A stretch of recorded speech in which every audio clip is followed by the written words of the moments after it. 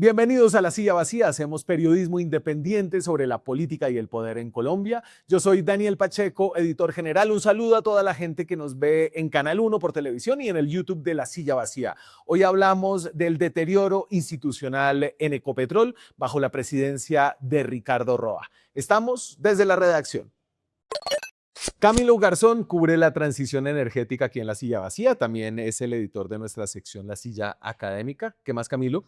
¿Qué más, Pacheco? Gracias por invitarme. Yo no lo invité, usted vino porque le tocó. Es la verdad. No. ¿Cómo es que usted dijo ahorita? ¿Una grata obligación? Sí, Fue muy grato editarle su artículo que salió este fin de semana. 5 frentes del deterioro institucional de Ecopetrol con Ricardo Roa. Entonces, aquí estábamos tratando como de mirar más a la empresa que a la figura de Ricardo Roa, ¿cierto? sí.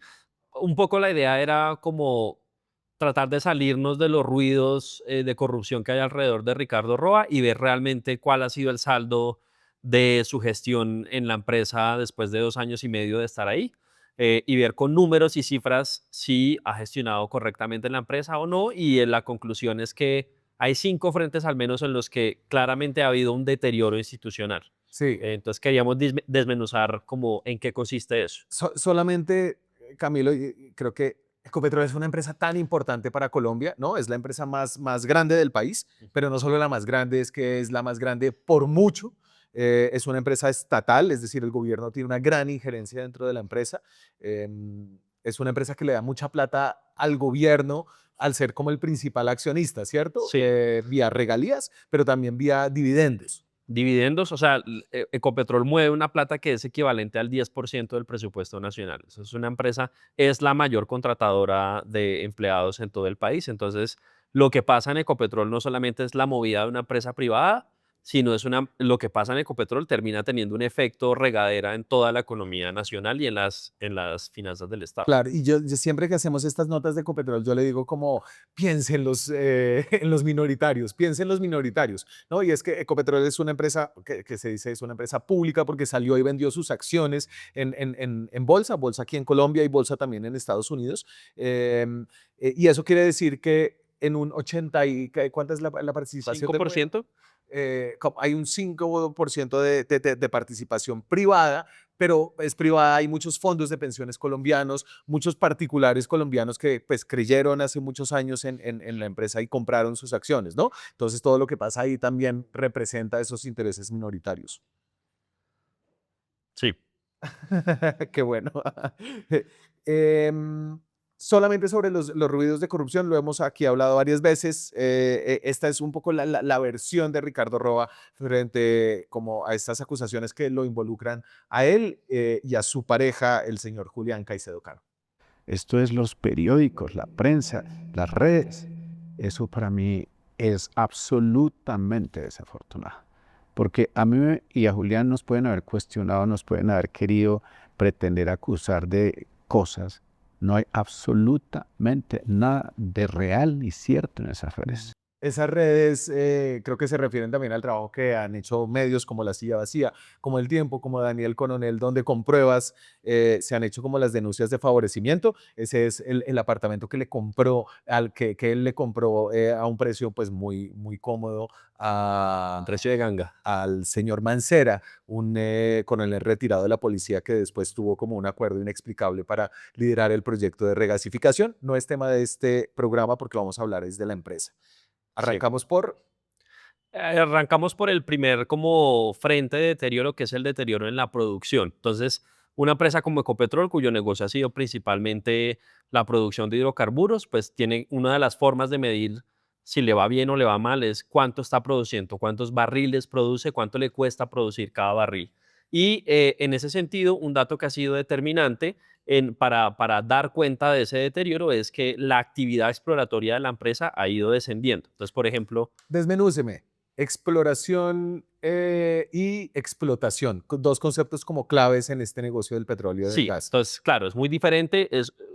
Digamos, para hacer un pozo que ya está produciendo petróleo pasa mucho tiempo, pasan años, pueden ser 5, pueden ser 8 años, y las empresas que hacen las inversiones tienen que primero explorar para saber determinar si ahí hay un yacimiento que sea rentable explotarlo. Entonces, claro, hay unos dos momentos y como se sabe, el presidente Petro, pues su política, su visión sobre el sector de los hidrocarburos era precisamente no conceder nuevos contratos de exploración. No vamos a buscar más gas ni petróleo, No vamos a buscar a más. sacar hasta lo último de lo que tenemos. Exacto.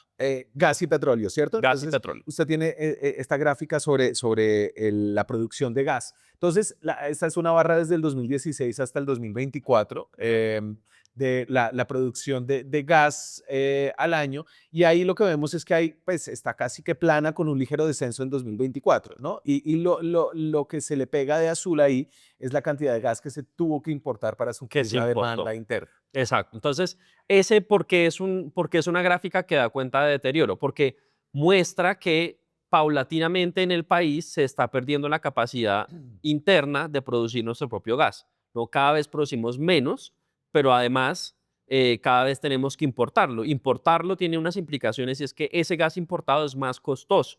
Porque el proceso de traerlo es más costoso y eso finalmente termina teniendo un impacto es en las personas, en cada persona que paga su recibo de gas. Hay estimaciones de centros que consultamos de que traer más gas importado, un 15% del gas importado, puede tener aumentos en el costo de la tarifa de gas según la ciudad entre el 30 y el 43%. Yo creo que aquí en Bogotá, yo no sé si usted paga gas Yo pago gas y subió un poco, ya subió. Subió, ¿no? que el gas, pues que es, entre todos los servicios es el más barato. El más barato. ¿No? Pero ya subió bastante. Sí. Exacto. Entonces, ese es un primer como indicador de que la empresa se está quedando rezagada en la explotación de nuevos campos o en la exploración de nuevos campos para seguir sacando gas, ¿no? Ricardo Roa dice, Ecopetrol está sacando más petróleo que nunca. Y tiene razón. Eso ¿o es no? cierto. Entonces, cambiando un poco del gas a petróleo, entonces vamos a sus cifras. Entonces, él sí tiene razón en que Ecopetrol está produciendo más gas que nunca, más Sí. petróleo que nunca, perdón, Ujú. pero hay un pero ahí muy grande. Sí, el pero, y eso está asociado como a otra gráfica que tenemos también en la historia, es que si uno mira las cifras totales de producción de barriles de petróleo, Y ahí la estamos viendo, que es Ajá. la línea azul de arriba, exacto, la producción total de Ecopetrol. exacto, toda la producción total de Ecopetrol, usted mira y es un gráfico, digamos, positivo. Sí. Hoy se producen más barriles de petróleo, la empresa, que cuando llegó Ricardo Roa, ¿no? Que en ese momento, cuando llegó Ricardo Roa, se producían alrededor de 729.000 barriles diarios. Hoy se están produciendo en el segundo trimestre de este año, 755.000 barriles. Ahí Entonces, son más. usted divide por trimestres y la Ajá. línea verde de abajo es... Es eso sin Permian, ¿no? Entonces, el Permian es esta cuenca en los Estados Unidos donde Ecopetrol tiene negocios también y que utiliza la técnica fracking para extraer ese petróleo. O sea, la verde es la producción de petróleo en Colombia de En Ecopetrol. Colombia de Ecopetrol, restándole el Permian. Entonces, ¿qué imagen contrastada le da eso? Le muestra es que si usted resta el Permian, lo que está aportando el Permian Sí. para la producción de Ecopetrol, realmente lo que tiene es una producción nacional que va decreciendo. Claro, la del Permian, además, primero es una producción que se hace con fracking. Se hace en un fracking Texas, contra la que el y se presidente hace se opone, con un socio que es el es Occidente. Oxy. Ajá. La Oxy, ya no se Oxy, llama Occidente. sí. Sí, Oxy. Estoy muy ochentero. Listo, entonces ahí tenemos como un gran deterioro en esos términos y yo me pregunto si Ecopetrol saca más petróleo que nunca y los precios internacionales siguen relativamente bien. ¿Por qué? Y ahorita vamos a hablar de utilidades, pero ¿por qué están saliendo tan bajitas las utilidades? Sí, hay, digamos, otro dato que es importante que también mencionamos en la historia es como un aumento en el costo de levantamiento que tiene que ver con eso. Y es que a la empresa paulatinamente también le está empezando a resultar más costoso sacar cada barril que produce. Es decir, ese dato tiene un nombre que es costo de levantamiento en el sector. El costo de levantamiento es cuánto le cuesta a la empresa sacar desde el momento en que extrae del subsuelo Hasta el que lo pone en un hidrocarburo hasta barco. que lo pone en el mercado disponible. Claro. Entonces, en 2021, ese costo de levantamiento era de $7.5. En 2025, el costo de levantamiento es de $12. Y eso Es tiene decir, que ver, eso tiene que ver también con la falta de nuevos yacimientos y estar buscando como petróleo en los mismos pozos, tratando de sacar como el cuncho. Ese cuncho, por así decirlo, es como más caro de sacar, de claro. levantar. Sí, eso, de hecho, ese es el diagnóstico que para la historia hacía la USO, que es el sindicato de la empresa, y es la razón por la cual ellos en este momento están defendiendo que la empresa tiene que hacer fracking, porque cada vez más le cuesta a la empresa mucho más sacar de los pozos que están envejeciendo poco a poco. Camilo, entonces hablemos de utilidades, que es importante porque son utilidades que termina recibiendo el gobierno nacional, es decir, todos nosotros a través del presupuesto y también los accionistas minoritarios. Sí. Y ahí usted me tiene una gráfica, esta se ha visto mucho, ¿no? Y esta sí es, pues, esta es una serie desde la pandemia hasta ahora, por Ajá. cada trimestre. Por cada trimestre. Y estamos en niveles, digamos, de utilidades peores que en la pandemia cuando todos los negocios de todo el mundo se fueron al piso y el precio del petróleo estaba muy bajito. Sí, entonces esa es una gráfica clara, o sea, esto es lo que muestra es que hoy en día tiene el 46% menos de utilidad Ecopetrol de lo que estaba recibiendo en 2021, ¿no? Y la respuesta que ha dado la empresa, Ricardo Roa, en el último informe que presentó de la organización, es que eso tiene que ver con que el precio del barril del Brent eh, ca- eh, cayó de $85 a $67. Entonces, Y creo que eso quiere decir hay menos ganancias para la empresa. y lo tenemos aquí en voz de Roa. Esta es en la presentación de resultados de la empresa. Vamos avanzando para crecimiento, negocios alineado con nuestra estrategia de largo plazo, tendencias positivas al margen de la volatilidad de los precios, la producción más alta de los últimos 10 años, 752.000 barriles. Ahí está el presidente de Ecopetrol. Entonces, es básicamente las utilidades son menores porque estamos ganando menos por cada barril que vendemos, ¿no? Claro, y eso es todo lo del precio de levantamiento que decía usted. Sí, es el precio de levantamiento, pero es el precio al que se está comprando el barril de dólar en el mundo, ¿no? Entonces, se está comprando por menos valor, se estaba Claro. comprando en $85, se está comprando ahora en $61 en promedio, pero hay expertos que consultamos para esta nota, como Sergio Cabrales, que es un profesor experto en hidrocarburos de la Universidad de los Andes, que cuestiona la asociación entre menos valor del barril internacional con las utilidades de la empresa, porque él dice, mire, en otros momentos de la historia, por ejemplo, el año 2021, el precio internacional del dólar era $61, o sea, más bajo que lo que se está comprando actualmente. Y aún así, las utilidades de la empresa eran 3 veces más grandes que las que hay ahora. Así que no es tan fácil simplemente asociar como el precio está bajo, luego las utilidades son menores. Claro, Claro, es un problema más complejo. también pienso, y de eso vamos a hablar ahorita cuando hablemos del deterioro del gobierno corporativo, es que es muy fregado ser el presidente de una empresa petrolera con un presidente que tiene tanta influencia sobre esa empresa que no le gusta el petróleo, ¿no? Entonces, entiendo que esos márgenes que tenía Ecopetrol para tener eficiencias salían en parte de encontrar nuevos pozos donde los precios de levantamiento eran mucho menores y ahí podía como jugar entre el precio decreciente del mercado internacional y los nuevos yacimientos que se iban encontrando, ¿no? Exacto. Y creo que hay otro frente también que es interesante para medir esas utilidades, que son las acciones, ¿no? Sí. Las acciones básicamente lo que reflejan es cuánto es que determinado mercado está viendo valor en tener una porción de la empresa. Como ya habíamos dicho, pues Ecopetrol emite acciones desde hace varios años y lo que hicimos fue una comparación entre cuánto cuestan las acciones de Ecopetrol en Nasdaq, en Nueva York, en la bolsa de Nueva York, comparado con otras estatales petroleras en América Latina. En concreto, comparamos con Petrobras en Brasil Y y YPF. YPF, que es en Argentina, No, ¿no? pues Argentina está volando, un poco los mercados reciben como la señal de proempresa de Milei y además tienen Sí, unos yacimientos enormes de gas y petróleo abajo en un campo que se llama Vaca Muerta. Vaca Muerta, sí.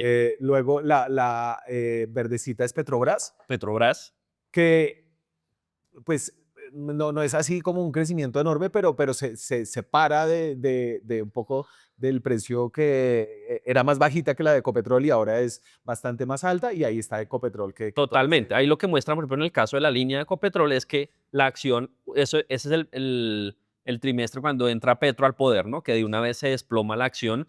La Sí. acción estaba en $17 cuando antes de que llegara Petro al poder, luego cae a $10 una vez llega Petro al poder, pero básicamente lo que muestra esa gráfica es que no se ha levantado desde entonces, es decir, no hay nuevas señales para los inversionistas de que el valor de la empresa sea mayor, sino básicamente se desplomó desde que Petro entró al poder y ahí sigue. Listo. Y ahora que hablamos de Ecopetrol como una empresa que está en bolsa, eso significa que Ecopetrol tiene que ser muy transparente hacia afuera con sus accionistas minoritarios y con cualquier persona que pueda entrar a comprar una acción de Ecopetrol, ¿no? Y por eso tiene lo que se llama un gobierno corporativo. Entonces hablemos un poquito de ese gobierno corporativo que es el que ha tenido que lidiar con los ruidos de corrupción que ha generado pues ROA por su pasado como gerente de la campaña Petro y durante la presidencia en la compañía. Claro, entonces ahí vienen como otros dos nuevos frentes de deterioro institucional. Uno, que son los ruidos de corrupción alrededor de la figura de Ricardo Roa.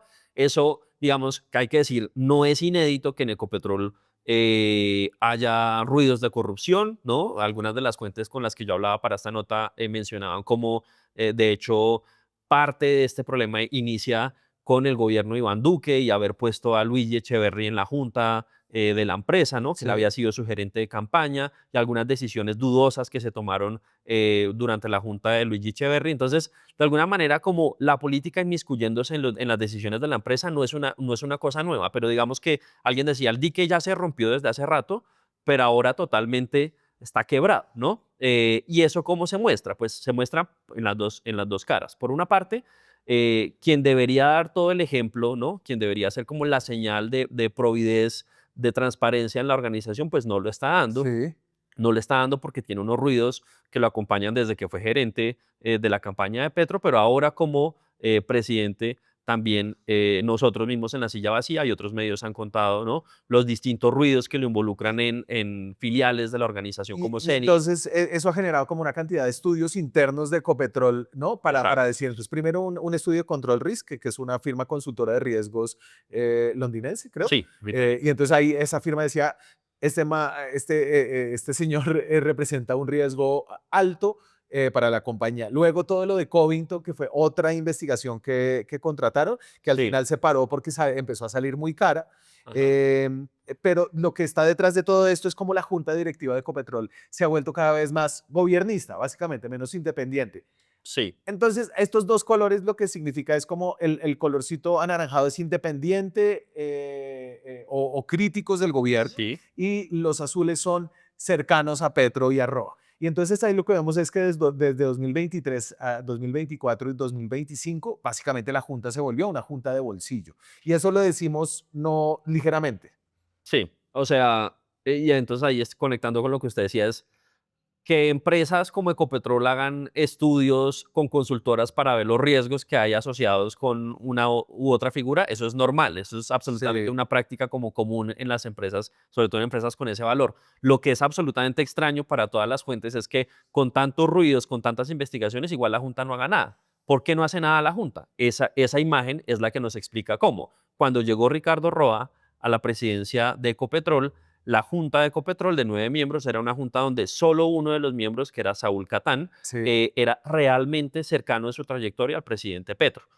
Pero con las elecciones de nuevos miembros de junta que se hacen una vez al año y se hacen en el mes de abril, vemos como ya en 2024, por ejemplo, cambió la cara de la organización y entran unos cuadros mucho más cercanos al Miremos presidente a los que Petro. están ahorita solo brevemente antes de terminar. Y que yo creo que entonces ahí está Mónica de Graves, que venía como del samperismo cercana a José Antonio Campo, que era Sí. muy influyente en Ecopetrol. Guillermo García Realpe, un político aliado Liberal, sí. del pacto, su hijo fue viceministro. Lilia Roa, que es viceministra de Viceministra de Ambiente, Ambiente. o sea, funcionaria de Petro. Ángela María Robledo, una mujer que había sido como muy fuerte luchando contra la corrupción y su voz no ha sonado para nada frente como a los claros indicios de problemas en Ecopetrol. Mocusiana, pues una lástima como la ausencia de su voz ahí. Álvaro Torres, Ricardo Rodríguez, Hildebrando Vélez, el papá de Irene Vélez, Alberto José Merlano, un muy cercano a Gustavo Petro, y Luis Felipe Henao, muy crítico, que es el representante de los accionistas minoritarios.